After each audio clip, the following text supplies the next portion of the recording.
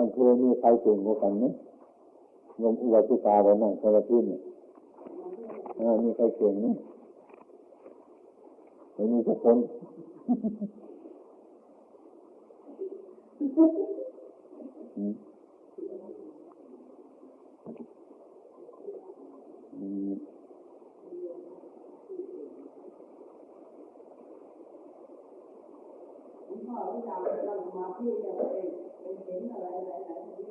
เป็นอะไร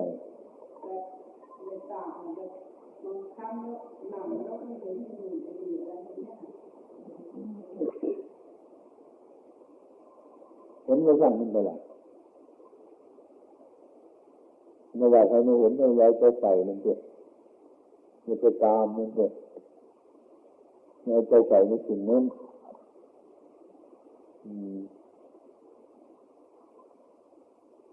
มันสงบอยู่ด้วยสักชั่วโมงหนึ่งก็รู้เรื่องเท่านั้นแหละนั่งสมาธิพยายามทำบ่อยๆทำเรื่อยๆไม่รู้ว่านานก็ทำแต่น้อยก็ทำคือ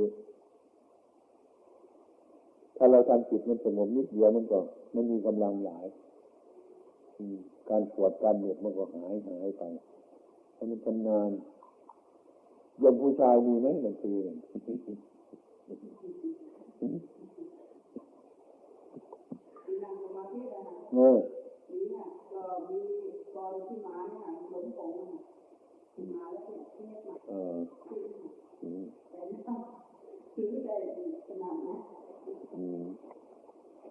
อยากจะไปแบบไปบางทีสักพักหนึ่งจะไปฝึกสมาธิให้คนนั้นไม่ต้องทำอะไรทุกคนเนี่ยเป็นทำสมาธิอะไรนั่นแหละ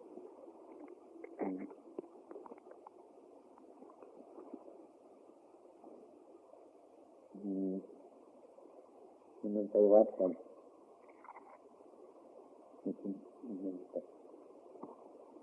เป็นหอมเลย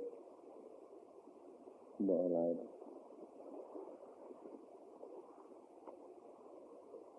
ตามบ้านเขาฝึกกันหรือเปล่าวัดบ้านเขาก็ฝึกนี้ค่ะมีวัดเทศฝึกส่วนมากที่ไปแก่นั่นผู้ชายก็ไม่มีค่ะมีแต่ผู้หญิง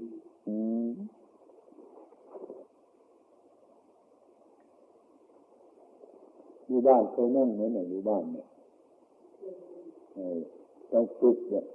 อยู่บ้านมันดีฝึกนั่งฝึกบ่อยๆฝึกเรื่อยๆฝึกหัดการฝึกทีละน้อยมันเห็นแบบมันปล่อยวางของมัน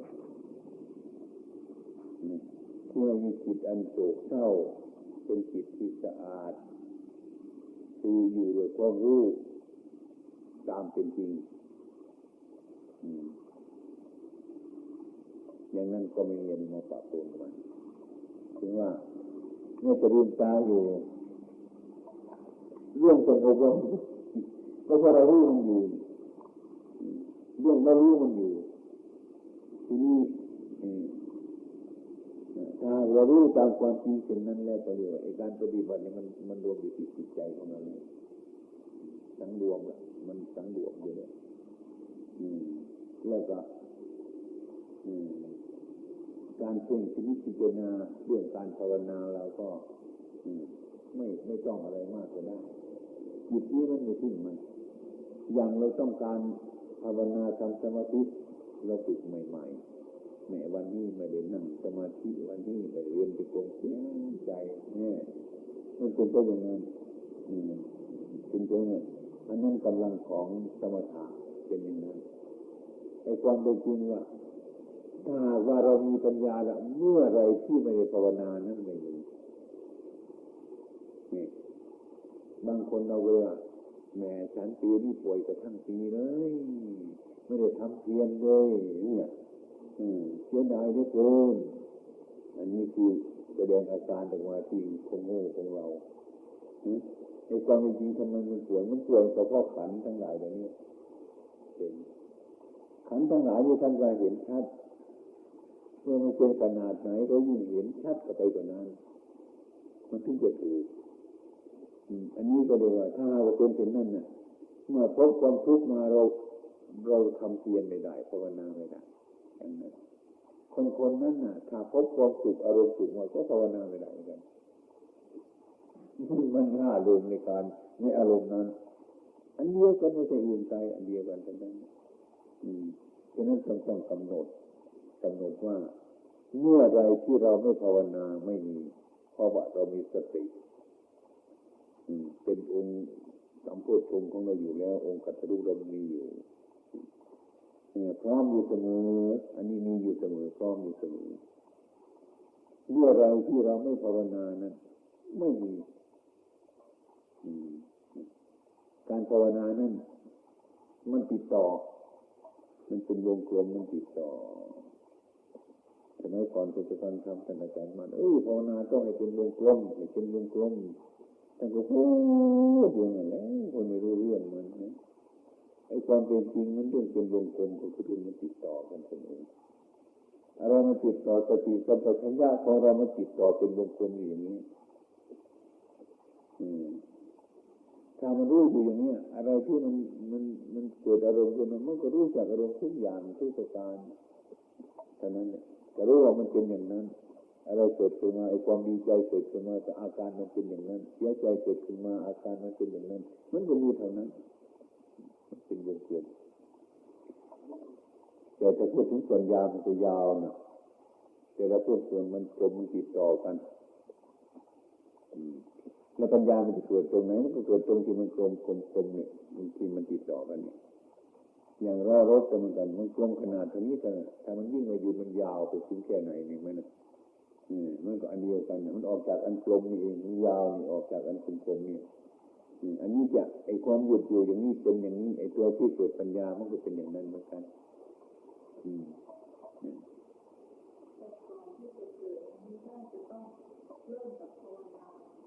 ใช่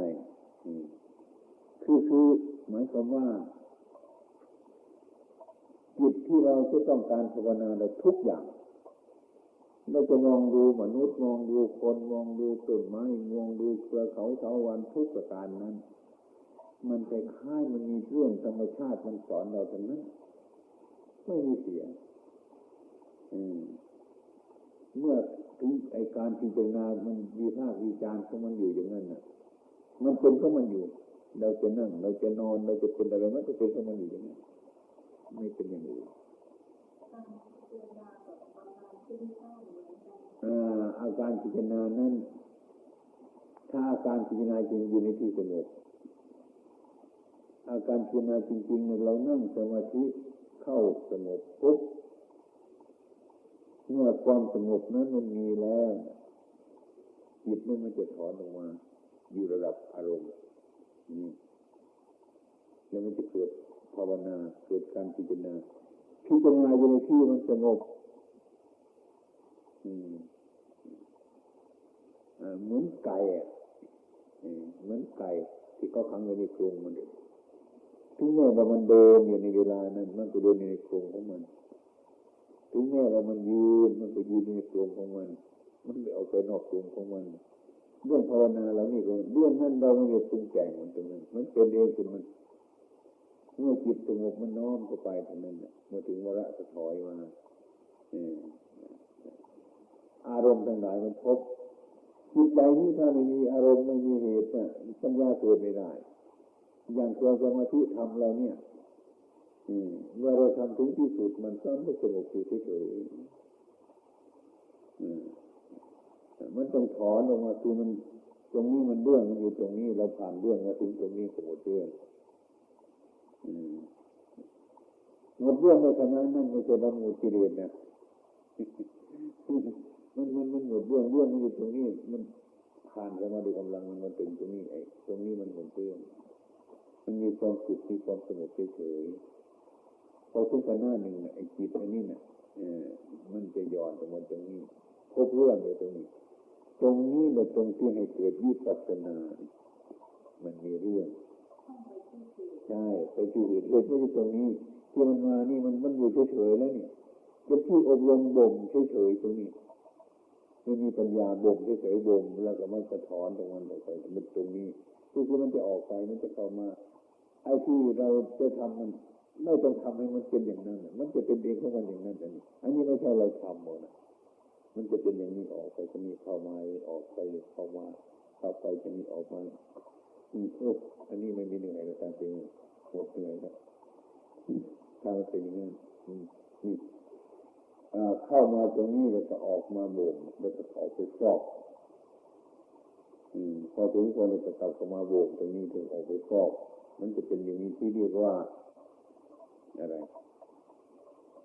ตำราจะมาประจำไม่ได้ที่ท่านเรียกว่าวัดสีวัดสีนั่นน่ะอาตมาไม่เคยจะพูดอย่างนั้นไม่รู้จักวัดสีก็อาการเช่นนี้มันเป็นวัดสีก็ว่าเข้าออกถ้าพูดไปตามโครงแล้วจะมาว่าจะว่ามันพลิกอย่างนี้ก็ได้ไม่ต้องออกต้องเข้ามันเปลี่ยนนี่มันเปลี่ยนนี่คือมันพลิกมาอย่างนี้ก็เป็นหน้ามือก็เป็นอย่างนี้พลิกอย่างนี้ก็เป็นหลังมืออย่างนี้เข้ามาอย่างนี้ก็เป็นอย่างนี้ออกไปก็เป็นนั่นมันอันเดียวกันสมมติคนไปหลงสมมติมันจะออกยังไงมันจะเข้ายังไงเนาะมันก็คล้ายๆกันแต่มันอาการมันเปลี่ยนเมื่อจิตมันมาเข้าสงบมันก็เปลี่ยนจากความหยาบเข้ามาเมื่อไปถึงละเอียดมันก็เปลี่ยนจากความหยาบเข้าไปอย่างนี้มันก็เป็นอย่างนี้ความเป็นจริงนั่นแหละมันเปลี่ยนนั่นแหละพูดง่ายๆนะเราจะรู้จักว่ามันเปลี่ยนระบบของมันเปลี่ยนจะต้องเป็นอยู่อย่างนี้เมื่อมันยังไม่ได้ที่มันแรงจะเป็นอย่างนี้ตรงนี้ก็ไปสืบสวนตรงนี้ก็มาอบรมเพื่อบ่มให้มีกำลังกำลังก็ออกมาดูตรงนี้มีใจอันนี้เหตุก็อยู่ตรงนี้เหตุอยู่ตรงนี้เอามารวมที่ตรงนี้ถ้าเราหากว่าอาศัยอันนี้อันเดียวเนี่ยอันนี้มันไม่มีอะไรตรงนี้มันไม่มีปัญญามันไม่มีปัญญาอยู่ตรงนี้เข้าไปเข้ามาดูครั้งนี้ดูครั้งนี้ดูครั้งนี้ดูขนาดเป็นกำลังเป็นไว้พบเป็นกันในกันแล้วก็ไปได้หรือมั้งอันนี้เราไม่ต้องแก้นะตรงนี้ถ้ามันเป็นเลยตรงนี้เราไม่ต้องแก้มันแบบนี้มันจะเป็นคล้ายๆแบบสมมติอัตโนมัติของมันเป็นนี่แบบการพิจารณาเนี่ยขั้นแรกเราดึงมาเลยสัญญาของเรานี่ขั้นแรกเลยดึงเข้ามากำหนดขึ้นมาเป็นสัญญาขณะรูปเวทนาสัญญาสังขารวิญญาณนี่ไม่ใช่ตัวตนเราเขาต้องพิจารณาอันนี้ให้มันเป็นอย่างนั้นให้มันเป็นอย่างนั้นกำหนดเป็นอย่างนั้นกำหนดอย่างมันเป็นอย่างนั้นตามสัญญาของเราต้องเลยเราฝึกนะสงบนี่ใช่สงบถึงเมื่อว่าเมื่อเราจะพิจารณาอะไรเป็นต้นก็เอาที่มันสงบไปใช้ใช่ถ้าเกิดพิจารณาโดยที่จิตยังไม่สงบเป็นฟุ้งซ่านใช่เป็นสัญญาถ้าเกิดเรายังบางทีหรือจิตไม่สงบทำยังไงก็ไม่สงบต้องท่องอาการ32ท่องไปจนรู้สึกจิตจะรวมได้อย่างนี้เรียกว่าเป็นไปฟุ้งซ่านมาก่อนมันยกจากเป็นจินตนาการคิดอันนั้นมันความรู้สึกอยู่ข้างนอกแต่ก็มันเป็นประโยชน์เหมือนกันนะไม่ใช่ว่ามันเป็นประโยชน์นะมันเป็นประโยชน์มันเป็นใบพจน์ส่งเสริมกันขึ้นมาเรื่อยๆใช่นั่นขึ้นมาเราทำอะไรยังไม่เป็นเราทำส่งเสริมแล้วกลับไปดูตรงนั้นก่อนที่มันอยู่ไปดูขนาดแล้วกลับมาดูทำก็ยังกลับไปดูตรงนั้นอีกอย่างนี้จนมันเข้าใจในที่ตรงนั้นน่ะดูมาทำนั้นนี่ก็เหมือนนั้นเห็นนั้นก็เหมือนนี้เราก็เรียกว่าพอนี่ว่าการติดต่อกันพยายามอันนี้คือการจิตมันเป็นนั้นคือการที่มันไม่สงบแล้วมันจะไปฟุ้งเรื่องอื่นก็ให้มันมาฟุ้งอยู่ในอาการใช่ อันตอนที่มันสงบไล่มันไปมันก็ไม่ไปแล้วหนีบอกไล่มันไปมันก็ไม่ไปแล้วเรื่องที่มันฟุ้งซ่านมันหมดเชื่อมันไอ้ที่เรื่องมันไม่หมดไม่อยากจะให้ไปมันก็ไปไม่อยากจะให้ไปมันก็ไปมันก็แปลกเป็นเรื่องอันนี้มันเป็นสิ่งที่สำคัญอย่างไรก็ช่างมันเป็นทุกอย่างญาติโยมที่เรื่องทำกรรมฐานปฏิบัติเนี่ยมันจะเป็นขึ้นในทุกอย่าง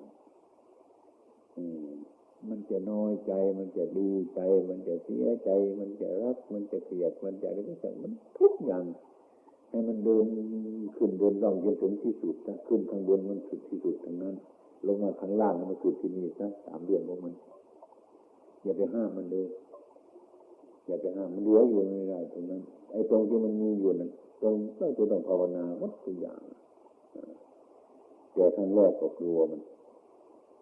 กลัวว่ามันจะไม่สนุกกลัวจะภาวนาไม่เป็นกลัวมันหลายเลยมันยิ่งเป็นทุกข์ใหญ่เราจะต้องเอามีสติว่าเมื่อเวลามันวุ่นจริงๆเอาไม่ได้เราก็ถอยมันก่อนดีเวลานั่งสมาธิมันฟุ้งซ่านจริงๆมันเอาไม่ไหวก็ถอยมันไปซะก่อนในเวลานั้นกำลังเราไม่พอมันแล้วจะไปสู้มันทำไมล่ะอยู่มันเป็นปกตินี่มันจะเป็นอะไรมันจะว่าตัวหนึ่งมันนั่งรูทีนนะอีกวันหนึ่งมันเข้าไปจนได้อย่าไปกลัวแต่ว่าอย่าไปทิ้งว่าอะไรก็ช่างมันเกิดมันจะทำให้เราเกิดปัญญาทางนั้นไอ้สิ่งที่มันเป็นเนี่ยเราศึกษานี่ศึกษาที่เมื่อมันจิตสงบแล้วมันเป็นบางครั้งแต่ต่อมามันก็ไม่สงบมันจะเป็นอย่างนั้นคือเรียกว่าสงบเรื่องสมาธินั้นมันสงบแค่นั้นสงบแค่นั้นเรื่องปัญญาพิจารณานี่มันสงบอย่างแท้จริงของมันถ้าว่าอยากจะให้ปัญญามันเกิดขึ้นมาโดยสมบูรณ์ของมันทำแล้วก็บอกจะหาเหตุตรงนี้อารมณ์ของวิปัสสนาคืออะไรเอาอะไรมาเป็นอารมณ์ปัญญาถึงจะเกิดอารมณ์ของสมถะนั่นคืออะไรเอาอะไรมาทำสมถะมันจึงจะเกิดสงบอย่างอานาปานสติอย่างนี้หรือพุทโธธัมโมทั้งหลายเหล่านี้หลายอย่างเป็นอารมณ์ที่จิตสงบเฉยๆทีนี้เมื่อเราสงบแล้วก็มันไปถึงที่สุดมันแล้วมันก็เฟ้อที่หลังอีกสงบแล้วเฟ้ออีกแล้วก็ตามมันไปดูทำไมมันเป็นอย่างนี้นะเราจะสังเกตดูว่ามันเรื่องอะไรมันติดกับปัญญาของมันสมถะนี่มันก็เอาไปบางทีมันก็เล่นเรื่องสมาธิกันบางคนก็เป็นบ้าๆบอๆอะไรไปหลายอย่าง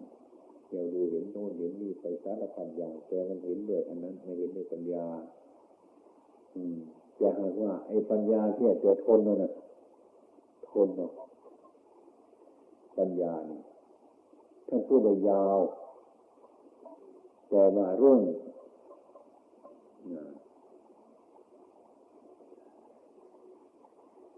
อนิจจังอนิจจตาความเป็นของไม่เที่ยงทุกขตาความเป็นทุกข์อนัตตาความเป็นของไม่ใช่ตัวตน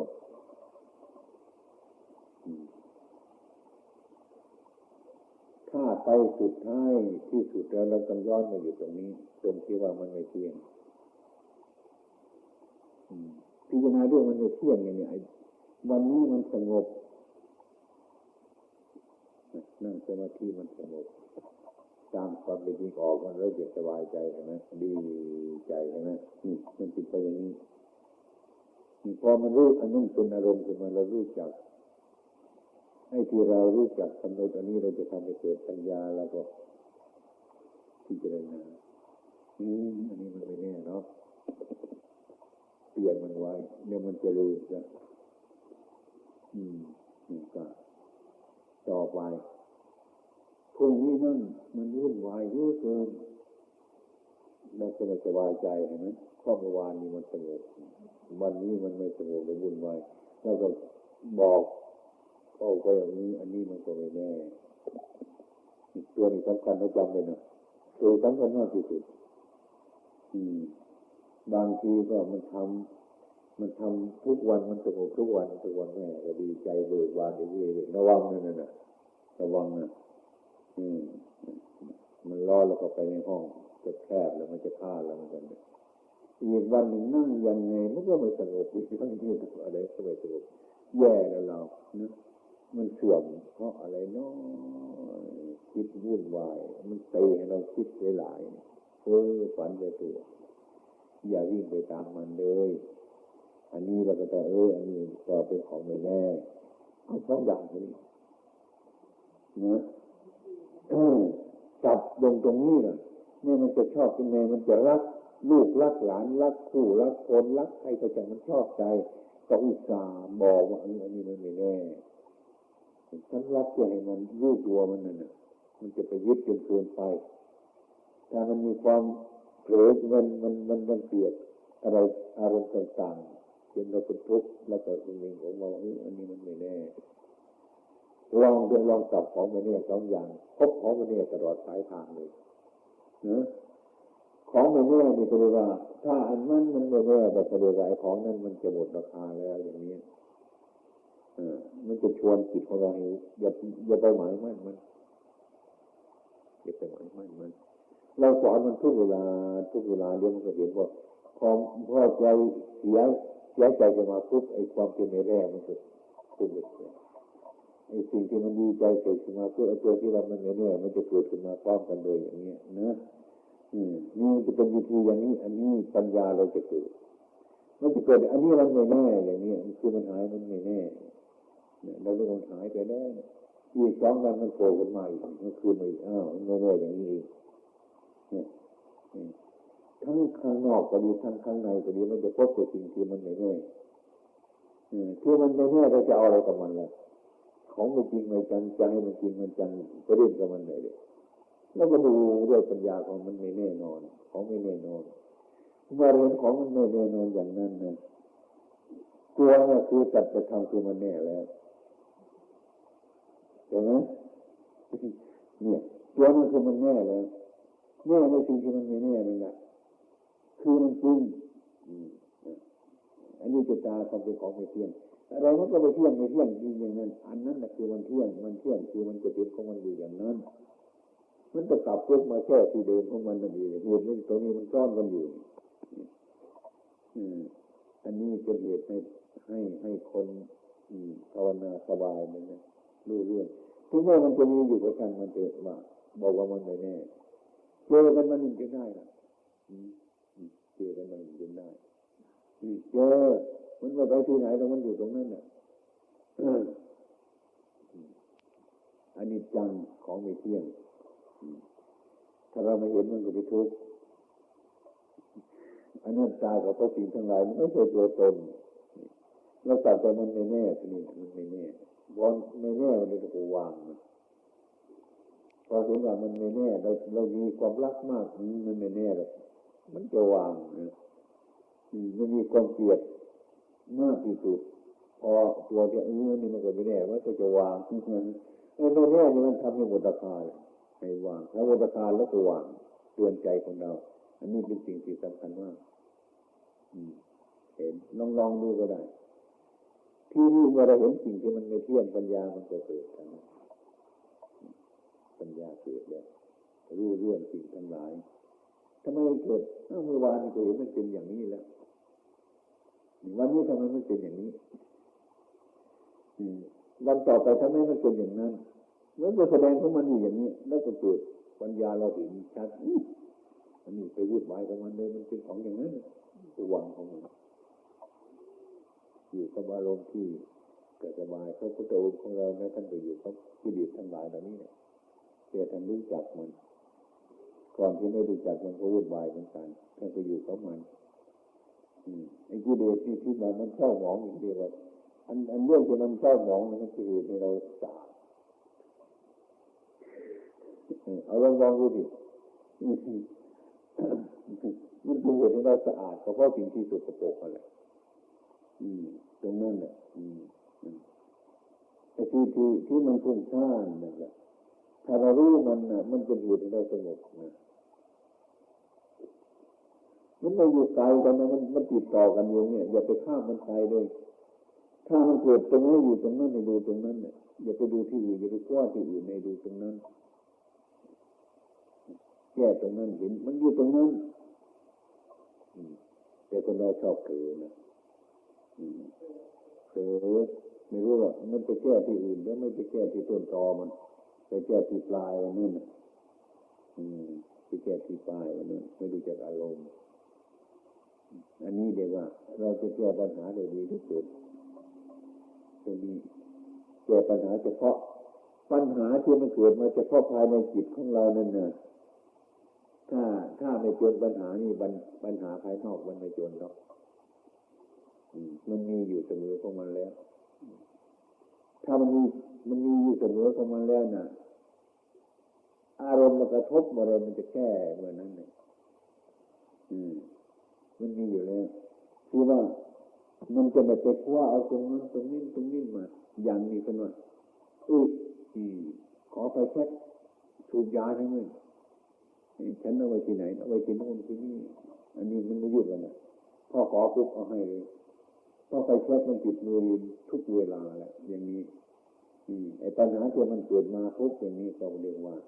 ปัญหาก็เผยมันพร้อมกันมาทุกทีไม่ใช่ว่ามันมาแต่ปัญหาเฉยไม่มาถ้ามีความรู้สึกดีเราพอถึงปัญหาก็เผยมาที่เดียวไม่ต้องไปคิดแต่มันมาพร้อมกันเลยมาพร้อมกันเลยมันจะเป็นทำนองนั้นอันนี้มันจะถ้าเราจะเรียนวิปัสสนาเนี่ยโดยแยกคายแบบไปนั่งอยู่นะมันจะมีอะไรรู้สึกติดต่อกันจนกว่าที่ว่ามันไม่ดับนั่นแหละพูดง่ายๆจ้ะอารมณ์อื่นเข้ามาไม่ได้นั่นแหละถ้ามันเป็นอย่างนั้นเนี่ยมันจะเป็นอย่างนั้น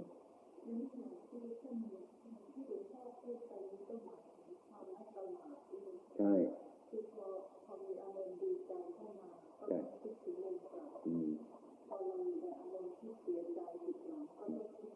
นั่นแหละตัวนั้นเนี่ยมันบอกไม่ประมาทตรงนี้มันต้องมีสติมีสัมปชัญญะก็คือพูดอยู่สติสัมปชัญญะผู้มีจิตรู้อยู่นั่นเองพูดง่ายๆกันเนี่ยอย่างนี้เราจะเห็นมันมันไม่มีดอกเวลามันที่มันจะว่างไอ้จิตใจของเราที่ว่างไม่มีความรู้เนี่ยมันเต็มเปี่ยมของมันเนี่ยถ้าทำเต็มที่มันแล้วมันจะมาทางใต้ทางเหนือจะมาทางล่างมันรู้ถึงมันหมดทั้งนั้นมันไม่ประมาทเลยก็เป็นคนที่ไม่ประมาทอยู่ในตัวอย่างนี้มันเป็นมันมีสติเต็มเปี่ยมเลย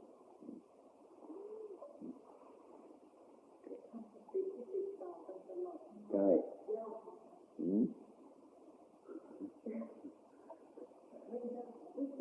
หลวงพ่อพูดแล้วเหมือนกับง่าย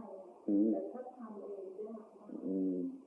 ทุกเวลาที่จะให้มีสติติดต่อตลอดทุกวินาทียากมากมันเป็นเองแล้วพูดถึงเรื่องจนมันเป็นเองของมันพูดถึงมันเป็นเองของมันอย่างสกุลกายของเรานี่นะมันจะเป็นศีรษะก็ช่างมันจะเป็นแขนในยืดออกไปช่างมันจะเป็นเท้าออกไปช่างมันถ้าเอาเข็มไปแตะเนี่ยมันรู้สึกตรงนั้นเห็นไหม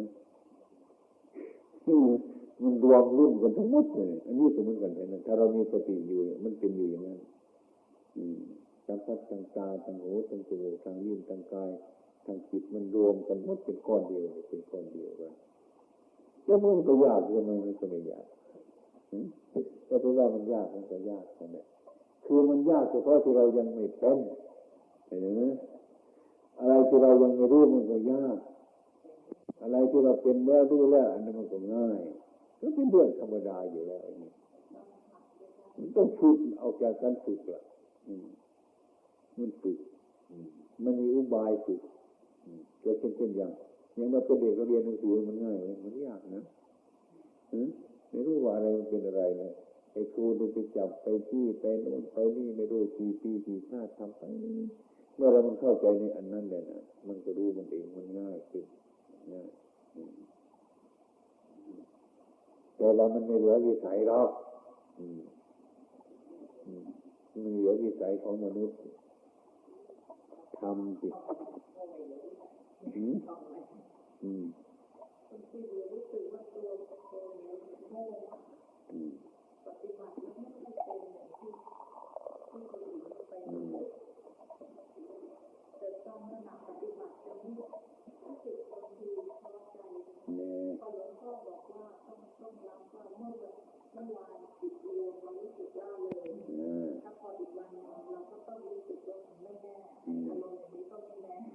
นั่นแหละตรงนี้ล่ะให้ระวังดีๆตรงนี้ตรงนี้นะตรงนี้แหละมันก็ช่างมันเป็นตรงนี้พอมันเตือนปุ๊บเลยอันนี้เป็นอารมณ์ของวิปัสสนาอารมณ์ของวิปัสสนาเอาอันนี้เป็นอารมณ์เพื่อจะให้เกิดปัญญาถ้าไม่เป็นก็เพราะมันไม่แน่ก็เป็นนั่นแหละนี่แล้วก็เห็นแต่มันขโมยมันดึงมันดูดไปด้วยอันนี้เราทำจิตของเราก็ให้มันสงบแล้วด้วยสมถะขึ้นจนมันเสื่อมไปบางทีวันมันก็ดีบางวันมันก็ร้ายบางวันมันก็ดีบางวันมันก็ร้ายบางวันก็ดีบางวันก็ร้ายมันเป็นยังไงมันเป็นนี่จะได้เรื่องนี้นะแล้วก็หาทางของเราสิมันจะได้เรื่องยังไงไม่แน่นอนอย่างนี้แต่ความเป็นจริงแล้วก็นึกถึงมันเรื่องปัญญาเป็นสิ่งที่สำคัญเรื่องให้เกิดปัญญาให้ละให้วางมันไม่แน่อารมณ์ที่ในจิตใจเราเห็นว่ามันไม่แน่ทุกอย่างเลยถูกแล้วไม่ผิดไม่ผิดเอาตามไปดูสิอะไรมันผิดไม่ผิดแต่อาตมาเคยบอกว่าอย่าไปเอาจริงเอาจังกับสิ่งที่มันไม่จริงไม่จังเนี่ยบางทีคนพระพุทธองค์ท่านสอนว่าให้คำพูดของนักปราชญ์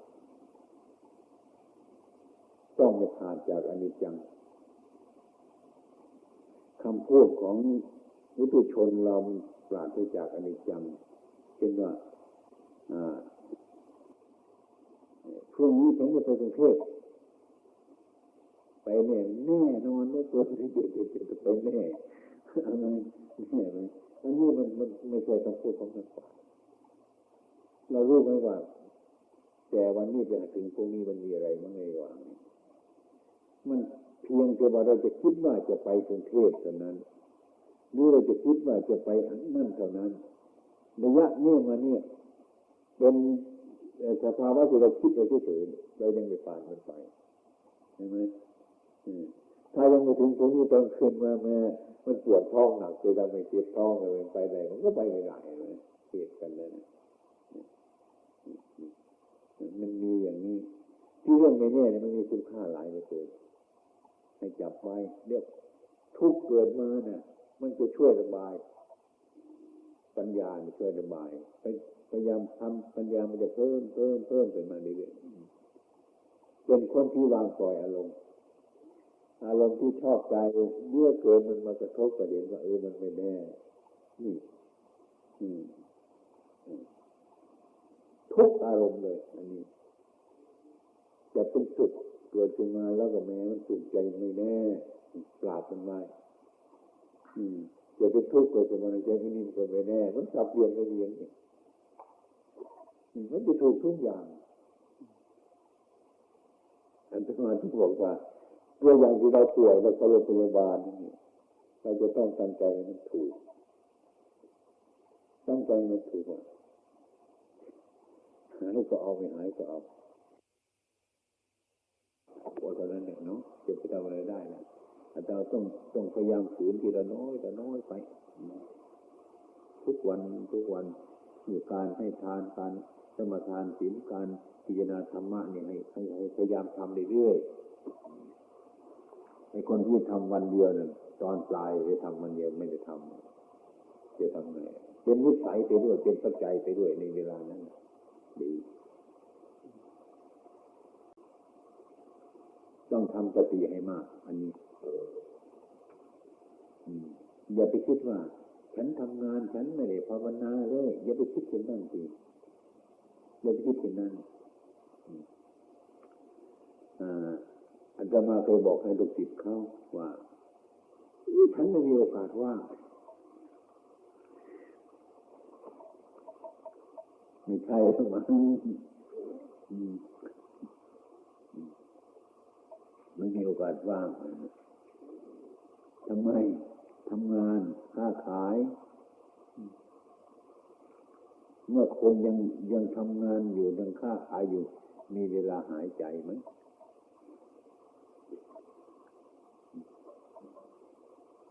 คือมันข้ามไป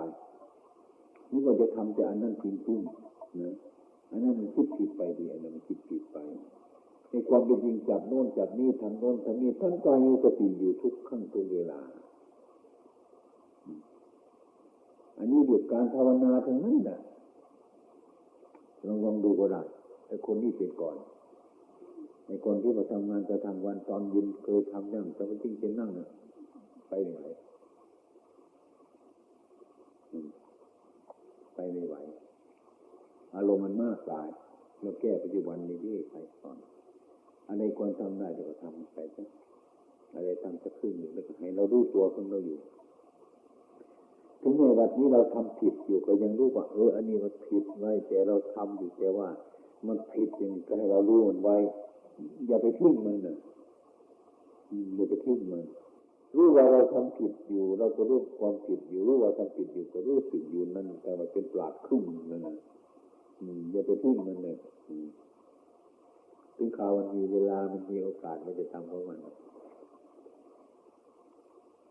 ไม่เป็นไม่เคยเห็นเป็นภาวนาที่เรียกว่าเมื่อเวลาทำที่จะทำหมดเมื่ออยู่เป็นปกติการทำงานอะไรต่างๆนี้ไม่มีสติครอบครองพระเจ้าพระสงฆ์ก็เหมือนกันไม่เป็นเลยไม่เป็นถ้าใครมีสติติดต่อกันอยู่ทุกสิ่งทุกอย่างพยายามเป็นมันเป็น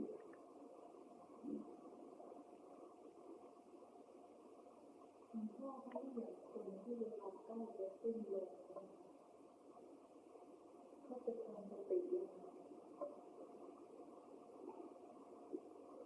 พวกไหนเป็นพวกไหน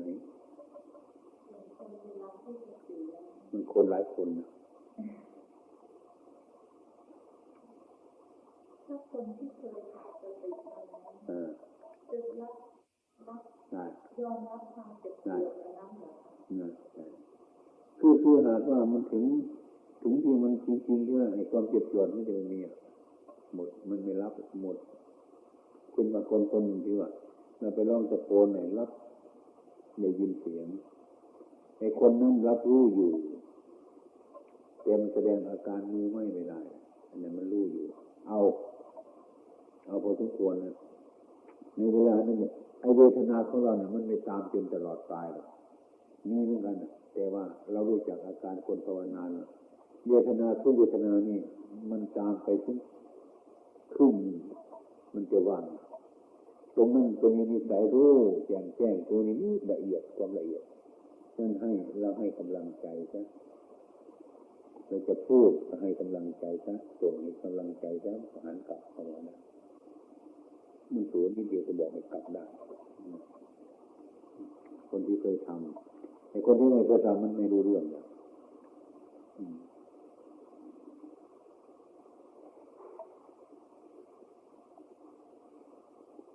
ถ้าคนที่ไม่เคยภาวนาเลยนะคะหลวงพ่อแต่ว่าเขาไปรับเวทนาตอนที่ใกล้จะตายและทำให้เกิดรู้สึกเกิดความเบื่อต่อร่างกายนี้โดยปัจจุบันนั้นจะเป็นไปได้เป็นได้แต่มันน้อยเบื่อคนที่ไม่เคยทำมันเบื่อเดิมมันเกลียดนะไม่ใช่มันเบื่ออย่างพระพุทธเจ้าไม่ใช่เบื่ออย่างพระอริยเจ้าที่คนภาวนามานะที่เบื่อมันทอดอะไรมันสั่งเบื่ออย่างคนหนึ่งเบื่อคนมีราคะโทสะมันเบื่อเดี๋ยวรังเกียจอย่างไรที่ว่าไม่ไปแล้วฉันเบื่อมัน ไปบ้านคนนั้นเบื่อน้ำหน้ามันเบื่อไม่จะเห็นหน้ามันเบื่อแบบเนี้ยชื่อมันอันเดียวกันอย่างนี้ก็ช่างมันเถอะไอ้คนที่ไม่อบรมใจมันฟุ้งพอแล้วตรงนั้นอยาก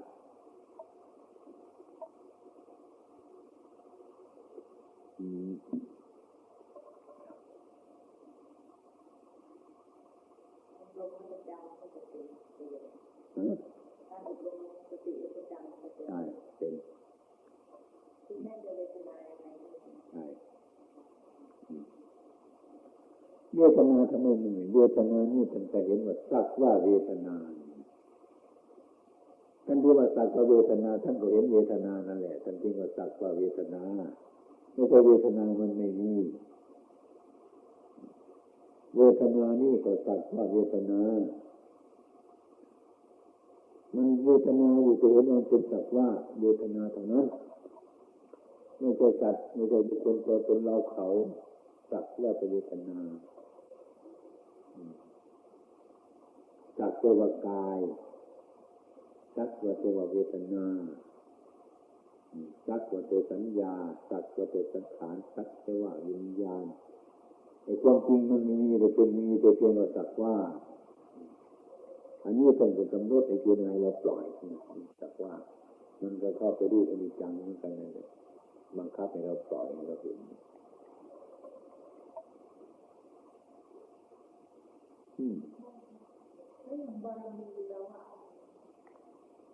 บา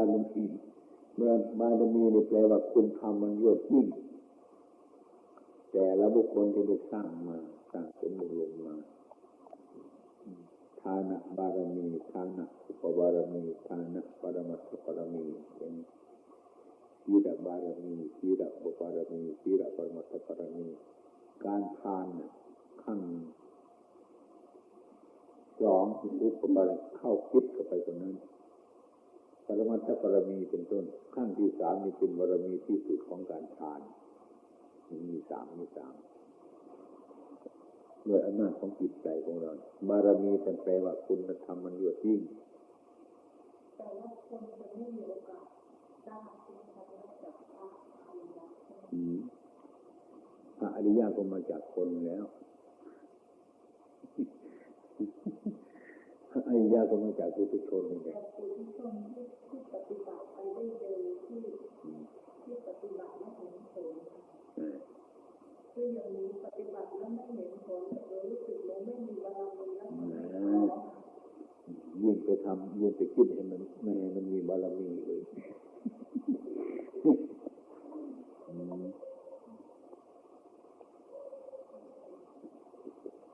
เคยอ่านถึงประวัตินางวิสาขาไหมตอนไหนก็ช่างเคยนางวิสาขาเนี่ยหยิบประวัตินางวิสาขามาอ่านเลย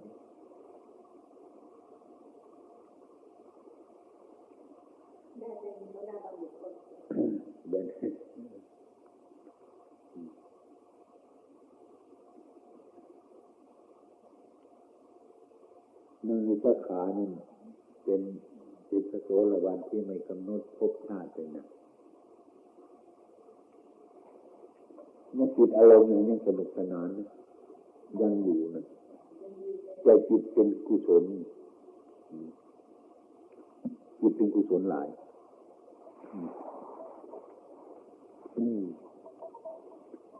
โดยที่นั่นยังมีสมบัติหลายแต่ก็ไม่ห่วงสมบัติเอาสมบัติทำบุญให้ทานยังร้องเพลงอยู่นะยังขับร้องอยู่นะสนุกสนานอยู่แต่ก็จิตเป็นกุศลจิตเอากุศลมันไม่มีเป็นบุญกุศลทั้งนั้นท่านคงมีคู่ครองมีลูกดูหลายคนเท่าไหร่20 คนนะทำไม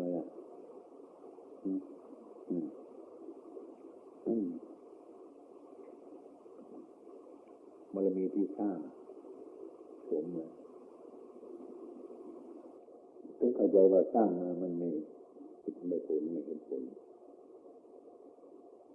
ทำไมถึงคิดอย่างนี้ก็ปฏิบัติแล้วบางครั้งจิตไม่สงบหรือคิดว่าคนที่เขาเก่งๆมีบารมีมากเขาปฏิบัติที่คือจิตต้องได้รับผลของเขาอันนี้นี่จะให้เขาของเขาจะไปแย่งเราทำไมล่ะแล้วมันน้อยใจตัวเองมันน้อยมันคิดผิดเนี่ยมันคิดไม่ถูกนะคนมันเป็นอารมณ์อย่างนี้เนี่ย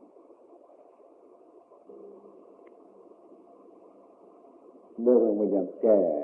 ด้วยปัญญาของเราเรื่องนี้พยายามไปดึงจิตของเราให้มีกำลังขึ้นมา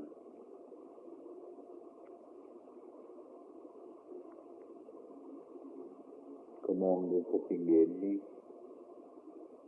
มองไปโน่นกิเลสเนี่ยยังไงก็ใครดีใครชั่วก็กิเลสมันมันจะไปเทียบสูงกันไปดีมันใจจะขาดเลยเราย้อนหลังไปมองดูดีมองดีที่ว่าให้ใจเรามีกำลังเนี่ยอย่างน้อยเราก็จะมีอวัยวะครบถ้วนบริบูรณ์ทำมาให้กินได้สะดวกไอ้คนที่มันเกิดมามันเป็นโรคอัมพาตตั้งแต่วันมันเกิดมานั่นน่ะนอนเอาเราไปวัดเลยสิเป็นไหมเราเป็นคนดีผู้อาจนั่นแหละ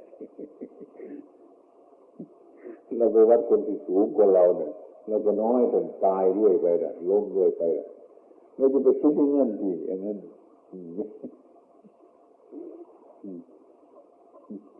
อย่าไปคิดอย่างนั้นไป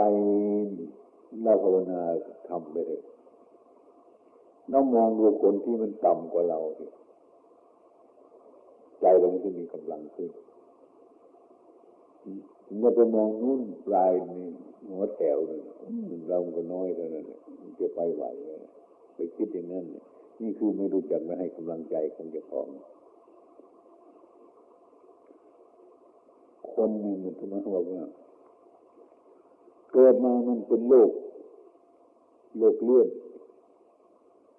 แม้จะนอนกับเพื่อนมันก็นอนไม่ได้จะกินกับเพื่อนมันก็กินไม่ได้จะไปนั่งกับเพื่อนมันก็ไปนั่งไม่ได้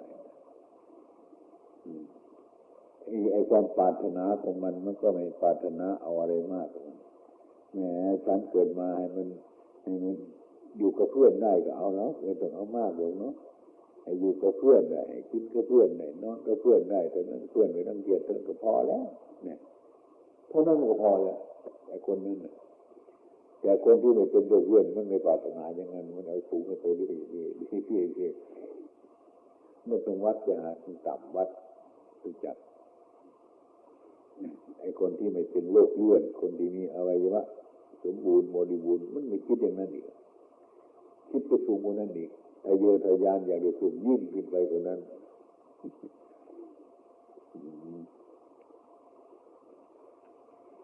อย่าไปเทียบเห็นมันดิ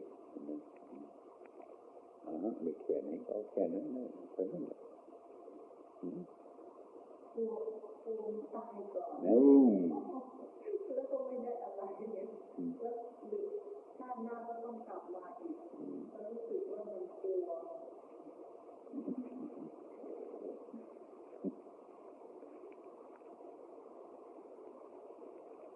ทำไมด้วยจึงจะรู้จักว่ามันจะกลับมามันจะไม่กลับ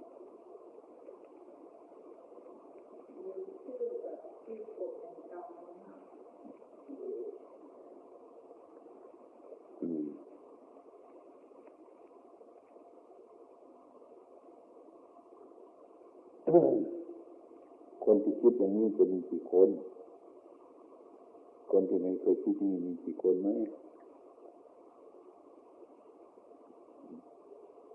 ดูนี่พอ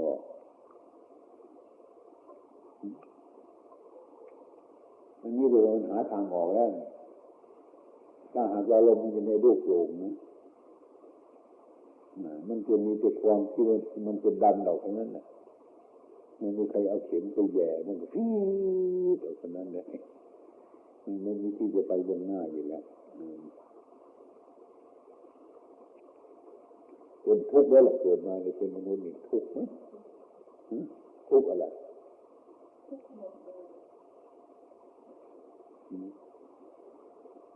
รับอารมณ์นี้มันทุกข์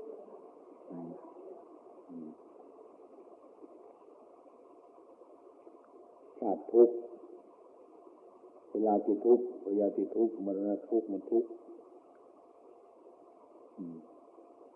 อาตมาที่ให้โยมก็สวดทุกวันก่อนนั่งสวดที่เนี่ยให้มันไกลมาฟังให้มันมีนิสัยอยู่ว่าทุกอย่างสวดอยู่นี่แหละสุติเขาสวดทุกวันนี่ญาติโยมทั้งหลายมาก็มาฟังคนที่ไม่เคยฟังก็ได้ฟัง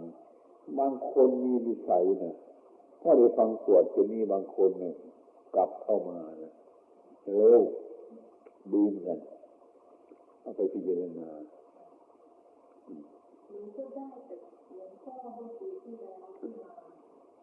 แล้วทำให้เอาอาการ32ฟังครั้งแรกรู้สึกเพราะมากเพราะแล้วมีความรู้สึกว่าไม่เคยทราบถึงคุณของพระพุทธองค์ได้ทราบถึงเท่าที่ฟังที่วัดหนองปคนแล้วรู้สึกสวดครั้งแรกกลับไปสวดที่บ้านยังน้ำตาไหลเลยค่ะว่าพระพุทธองค์นี่มีคุณเหลือเกินคือตอนที่รับฟังเหมือนกับที่หลวงพ่อว่าคือมันไม่ซึ้งเท่ากับตอนที่พอทราบจากบทสวดมนต์อันนี้แล้วรู้สึกมีความซาบซึ้งต่อพระพุทธองค์มากเป็นประโยชน์เนี่ยนั่งรถไฟกลับไปก็ยังได้ยินเสียงสวดเพราะจากมันยังติดอยู่ในมันรับทั้งปีเลยค่ะหลวงพ่อแล้วหนูก็ไปตรวจพอพรรษานี้ก็ตลอดพรรษาทำวัดเช้าวันเย็นตอนนี้ก็ตรวจได้แต่ไม่เรียนกันคือศาสนาเดียวกันคือความที่มันถูกต้องเดียวกันอย่างพุทธศาสนาเช่นนี้ที่มีพระพุทธเจ้าในใจสดับพิจารณาและกัดรู้ว่ามียุทธมาปฏิบัติเดียวกับศาสนาพุทธถ้าเราคิดไปเห็นอย่างนี้มันก็เป็นพุทธในตัวมันอยู่แล้วไม่ใครที่ไหนแต่คือสิ่งที่มันถูกต้องใครไปทำมันก็ถูกต้องฝรั่งมาทำก็ถูกต้องคนจีนมาทำก็ถูกต้องสิ่งที่มันถูกต้องอยู่แล้วนั่นอันนั้นแหละคือพุทธศาสนาคือศาสนาอยู่แล้วไม่เรียกทุกคนแต่มันต่างกันต่างโดยชื่อกัน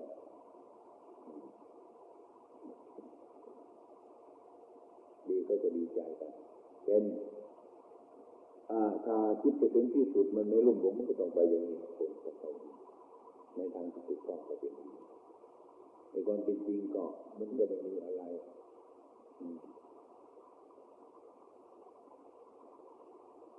สภาวะร่างกายอันนี้มันคิดแล้วก็เลยว่ามันก็มาสร้างประโยชน์ในปัจจุบันนี้เท่านั้นตอนนั้นเนี่ยในสรีระนั้นมันจะมีอะไรอยู่ตรงนี้คุณค่าอะไรก็หมดที่เดียวเกียรติไม่ก็เพื่อเป็นนักสอนเป็นที่ระลึกอันนี้พ่อแล้วนะเป็นแม่แล้วนะเป็นอาจารย์แล้วนะเท่านั้นแหละให้เกิดกำลังใจขึ้นมาอาจารย์เหมือนว่าที่จะระลึกถึงคือไปคิดดูภาวนาที่เป็นมันจิตสงบ